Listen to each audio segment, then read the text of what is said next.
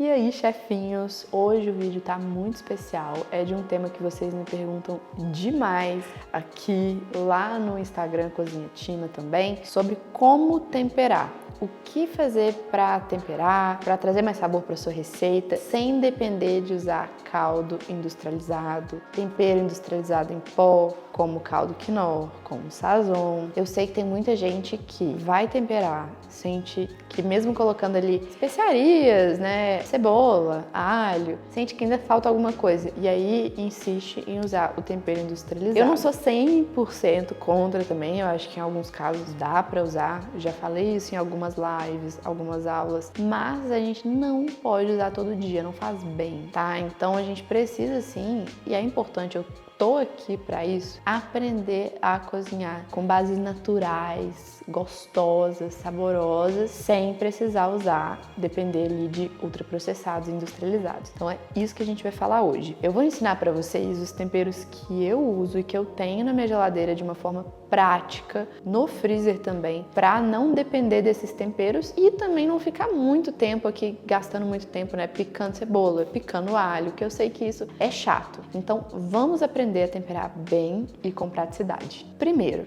o que eu sempre tenho pronto, fácil, no freezer, que me ajuda muito a trazer mais sabor para as minhas receitas? Molho, caldo e temperos prontos. O que isso quer dizer? Caldos. Não necessariamente você precisa ir no supermercado, fazer o seu sacolão, comprar um monte de legume, um monte de coisa, ficar horas na cozinha para fazer um caldo. Eu sei que tem muita gente que acaba não usando caldo porque tem essa preguiça, mas a gente também pode reaproveitar ingredientes para fazer um caldo saboroso e trazer mais sabor para as nossas receitas. Como? Com legumes que vão passar, por exemplo, se você já tem cebola, alho, estão meio quase ali perdendo na sua geladeira, pimentão, tomate, alho poró, cenoura, tudo isso você consegue reaproveitar, fazer um caldo e congelar. Congelar como? Do jeito que vocês preferirem, numa garrafinha, num potinho, cubinhos de gelo e deixar ali para sempre que você precisar fazer uma receita, ter um caldo e um caldo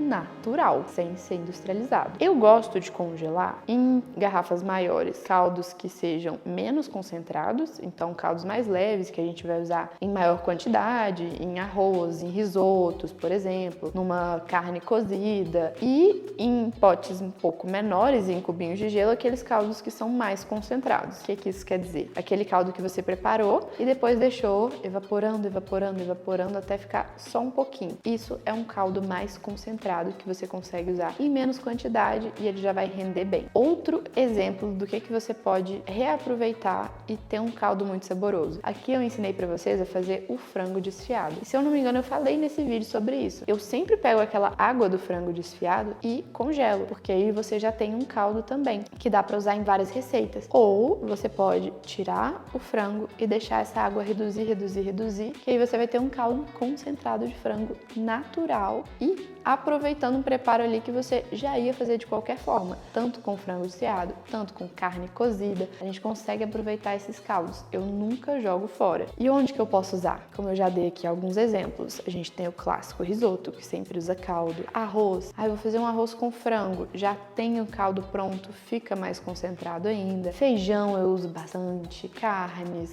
para molhos também, sopa vai super bem. Tudo isso você consegue usar caldo e trazer muito sabor de forma natural. Agora pros temperos. O que eu sempre tenho congelado? Já mostrei aqui algumas vezes, vou falar de novo. Alho. Para congelar alho, eu só descasco, ou você pode até comprar já descascado, passo no processador. Por quê? O processador consegue deixar o alho bem picadinho, bem pequenininho. Eu geralmente deixo ele picado mesmo, eu não vou triturando ali até formar uma pasta. Eu deixo ele assim picadinho, bem fininho. Coloco no ziplock, espalho, faço as divisões com uma faca e congelo. Que depois, quando eu descongelar, eu consigo destacar e ter quadradinhos de alho já aí para usar em qualquer receita. Vocês também podem picar com a faca, obviamente, com o que vocês tiverem em casa. O processador, ele é uma mão na roda porque vai bem mais rápido. Com a cebola é exatamente o mesmo processo. E como que vocês podem usar?